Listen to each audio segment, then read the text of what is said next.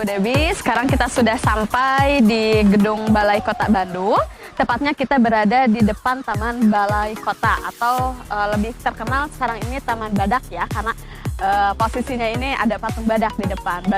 Patung badak berculak satu ya, mungkin Bu Dewi sudah terkenal, sudah mengetahui hal ini. Nah, mengenai sejarah Balai Kota ini, dulunya itu Balai Kota yang di sana itu ada gedung. Di sana itu dulu sebagai gedung kopi, Bu Devi. Nah, gedung kopi tersebut didirikan pada tahun 1819. Pada saat itu kopi memang sedang tren, sedang meningkat. Nah, lalu pada tahun 1923 itu kopi diserahkan kepada kolonial Belanda. Lalu dirancanglah pada tahun tertentu dijadikanlah ini gedung Balai Kota. Nah, dulunya itu Taman Balai Kota ini tuh hanya sepetak tanah. Iya, lalu dijadikan taman seperti ini. Ini tuh dapat dikatakan bangunan baru, Bu, karena dulu sebelah kanan Ibu di sebelah sana itu terdapat patung Dewi Sartika, yaitu patung tokoh pendidikan. Nah, dan pada tahun kurang lebih 2000-an itu di belakang Taman Badak ini dibangunlah Taman Labirin. Jadi supaya masyarakat itu tidak jenuh, supaya dulunya itu gedung Balai Kota ini sangat sepi, Bu, hanya dijadikan sebagai pemerintahan saja. Jadi kalau sekarang itu dibuka untuk umum supaya semuanya ini ramai. Nah, sekarang ini dijadikan fungsi untuk masyarakat Kota Bandung itu menikmati di daerah Bandung ini. Dan di sini pula menjadi shelter untuk alat transportasi Bandung seperti bandros. Ibu mungkin sudah mengenal ya? Sudah mengenal? Sudah pernah lihat kan bandros ya? Kalau di Cimahi itu sakoci, kalau di kita itu di Bandung ini bandros, Bandung Tour on Bus.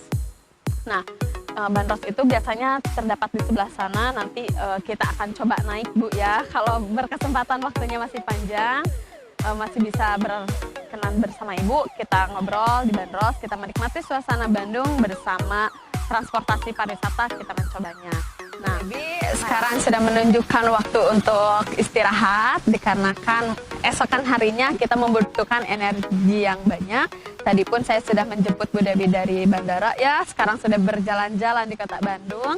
Untuk besok Bu Dewi harus fit karena besok ada lagi informasi atau sejarah budaya. Kita harus jalan-jalan lagi ya. Nah, jangan lupa ikuti aturan protokol kesehatan demi kesehatan kita bersama. Tetap jaga jarak.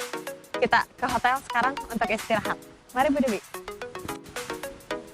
Baik, sahabat pelajar, sampai jumpa di trip berikutnya. Wassalamualaikum warahmatullahi wabarakatuh.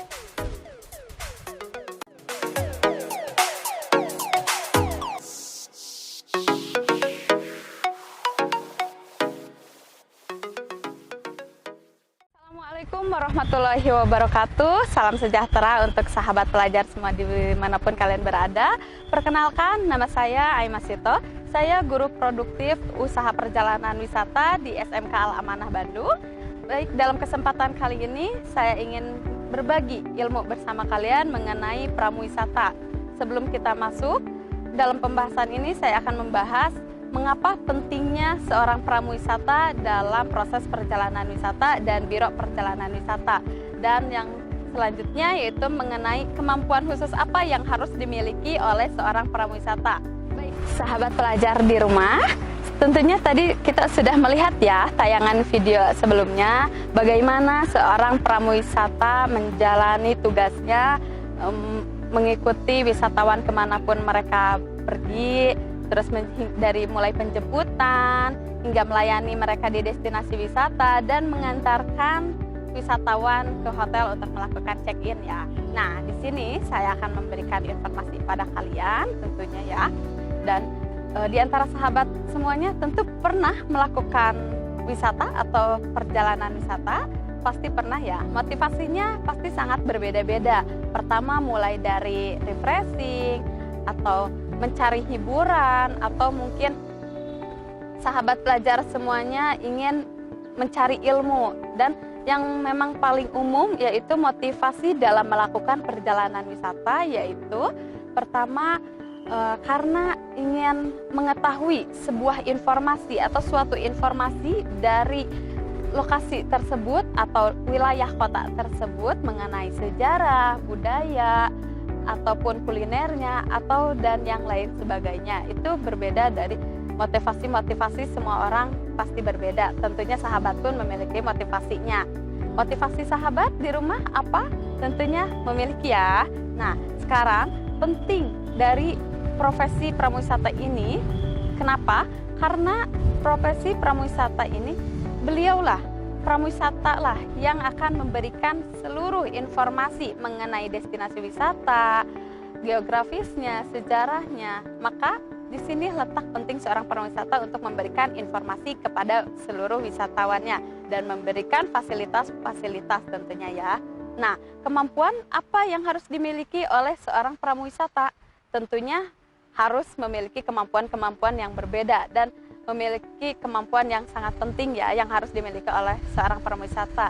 Yang pertama, public speaking. Tentunya public speaking ini harus dimiliki oleh seorang pramuwisata karena dia melakukan sebuah perjalanan dan memberikan sebuah informasi kepada wisatawan yang sangat banyak. Nah, public speaking di sini harus bisa belajar bagaimana bicara yang baik dan benar, menyampaikan informasi yang jelas kepada wisatawannya. Yang kedua, mengenai hiburan.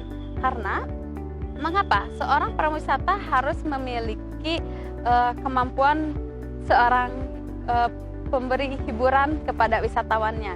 Dalam suatu proses perjalanan wisata, di dalam bis maupun dimanapun, terutama di dalam bis ya, ini memberikan informasi, tidak seluruhnya informasi diberikan kepada wisatawan. Kenapa?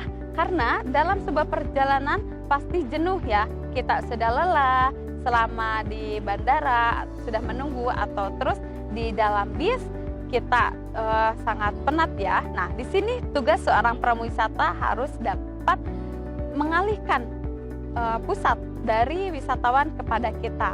Pertama, kita harus memberikan games ringan atau asah otak supaya mereka dapat konsentrasi dan informasi yang kita berikan itu dapat terserap oleh mereka. Caranya seperti apa? Nanti kita lihat video yang berikutnya ya.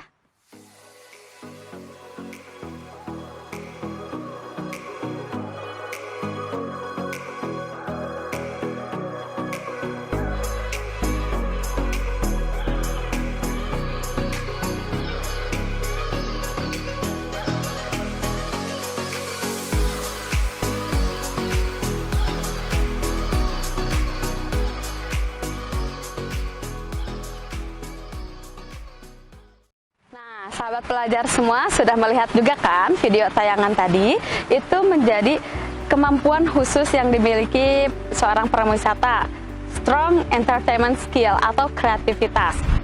Nah, sahabat pelajar semua, ketika ingin menjadi seorang pramuwisata tentunya dibutuhkan seorang yang kreativitasnya tinggi, karena kita memberikan informasi tidak hanya sekedar informasi, jadi kita memberikan hiburan di saat perjalanan sudah mulai jenuh. Nah, informasi selanjutnya, kemampuan khusus yang harus dimiliki oleh seorang pramuwisata yaitu update ilmu. Mengapa update ilmu?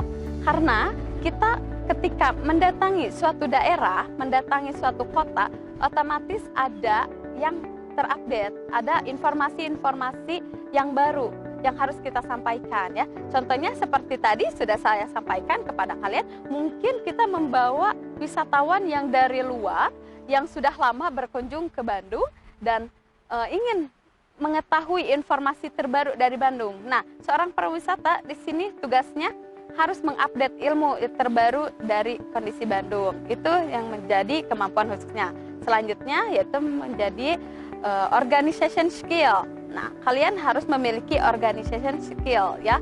Kenapa? Karena kita harus memanage waktu, memanage SDM, memanage semuanya di sini. Dalam organisasi semua harus dibentuk. Nah, dalam proses pramuwisata pun kita harus membentuk semua, mulai dari bagaimana cara kita bekerja dalam tim. Kita di lapangan itu bisa saja bekerja dengan tim ataupun sendiri. Nah, dengan adanya kemampuan organization skill ini, kita pasti sudah dapat melaksanakan tugas menjadi seorang pramuwisata. Baik, kemampuan selanjutnya yang harus dimiliki oleh seorang pramuwisata yaitu mental yang kuat. Selain fisik yang kuat yang dibutuhkan di lapangan, mental pun harus dimiliki oleh seorang pramuwisata. Dan kemampuan berikutnya yaitu mengenai kode etik. Mengapa? Karena kode etik ini seorang pramuwisata tentunya dalam sebuah perjalanan memiliki kode etik tertentu, baik di kode etik organisasi ataupun kode etik yang lainnya. Nah, seorang pramuwisata harus mengikuti dan mentaati seluruh kode etik dari pramuwisata. Nah, kemampuan berikutnya yaitu sifat yang tidak membedakan.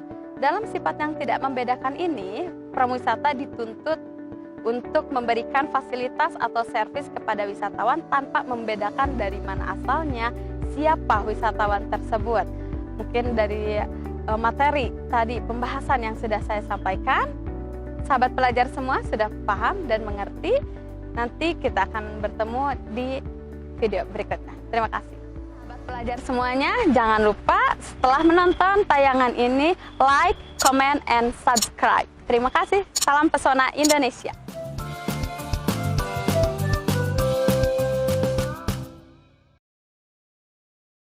Ya.